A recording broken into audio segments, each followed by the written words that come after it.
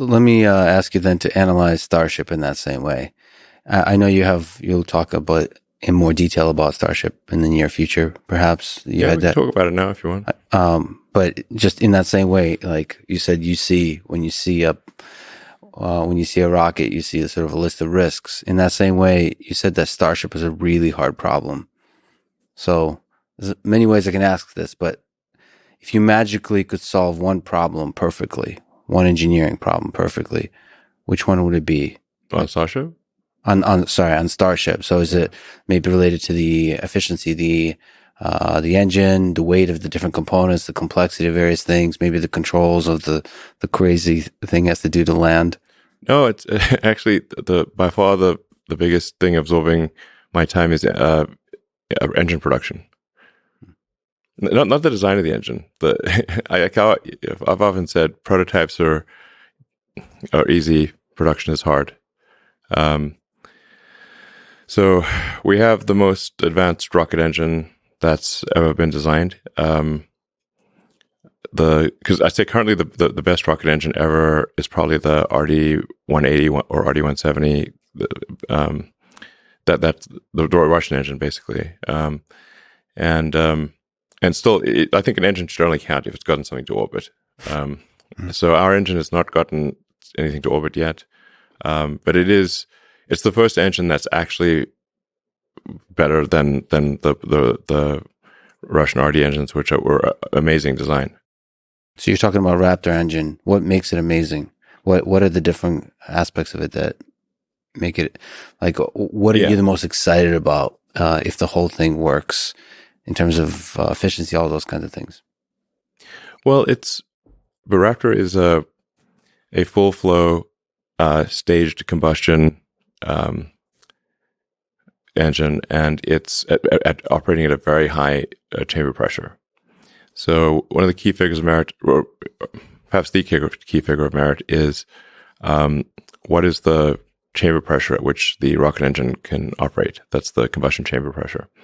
So Raptor is designed to operate at 300 bar, possibly maybe higher. That's 300 atmospheres. So the record right now for operational engine is the RD engine that I mentioned, the Russian RD, which is, I believe, around 267 bar. And the difficulty of the chamber pressure increases on a nonlinear basis. So 10% more chamber pressure is more like 50% more difficult. But that chamber pressure is that is what allows you to get a very high power density for the engine. So enabling a very high thrust to weight ratio and a very high specific impulse. So specific impulse is like a measure of the efficiency of a rocket engine. It's really the effective exhaust velocity of the gas coming out of the engine.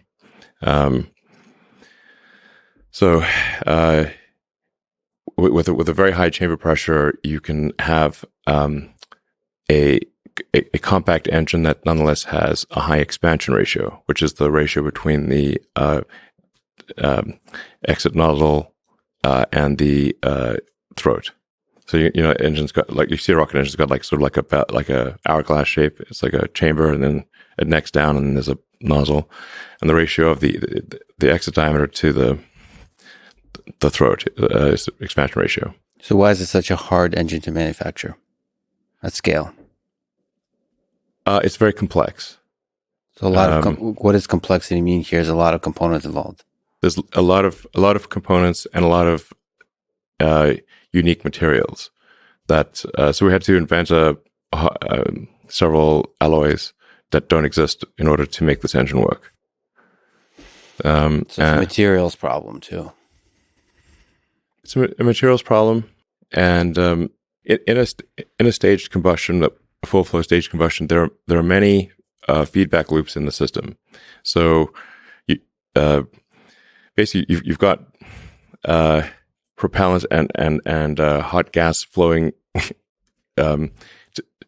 simultaneously to so many different places on the engine, and they all have a recursive effect on each other. So you change one thing here, it has a recursive effect here, it changes something over there, and it's quite hard to control. There's a reason no one's made this before. But and the reason we're doing a stage combustion full flow is because it has the highest theoretical possible efficiency. So, in order to make a fully reusable rocket, which that's really the holy grail of orbital rocketry, you have to have everything's got to be the best. It's got to be the best engine, the best airframe, the best heat shield, extremely light avionics, very clever control mechanisms. You've got to shed mass in any possible way that you can. For example, instead of putting landing legs on the booster and ship, we are going to catch them with a tower to save the weight of the landing legs. So that's we're talking about catching the largest flying object ever made on a giant tower with chopstick arms. It's like Karate Kid with the fly, but much bigger. Pulling something like probably that won't work the first time. Anyway, so this is bananas. This is banana stuff. So you mentioned that you doubt. Well, not you doubt, but there's days or moments when you doubt that this is even possible. It's so difficult. The possible part is, well, at this point, I think we'll get Starship to work.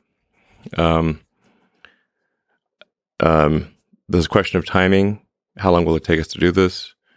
How long will it take us to actually achieve full and rapid reusability? Because it will take probably many launches before we're able to have full and rapid reusability. But I can say that the physics pencils out. We're not at this point. I'd say we're confident that let's say I'm very confident success is in the set of all possible outcomes. Right. It's not an all set. For a while there, I was not convinced that success was in the set of possible outcomes, which is very important, actually. But so we were. So you're saying there's a chance. I'm saying there's a chance, exactly. Right, cool. Just not sure how long it will take. But we have a very, very talented team. They're working night and day to make it happen. And like I said, the critical thing to achieve for the revolution in spaceflight and for humanity to be a spacefaring civilization is to have a fully and rapidly reusable orbital rocket. There's not even been any orbital rocket that's been fully reusable ever, and this has always been the holy grail of rocketry. Many smart people, very smart people, have tried to do this before and have not succeeded. So, because it's such a hard problem.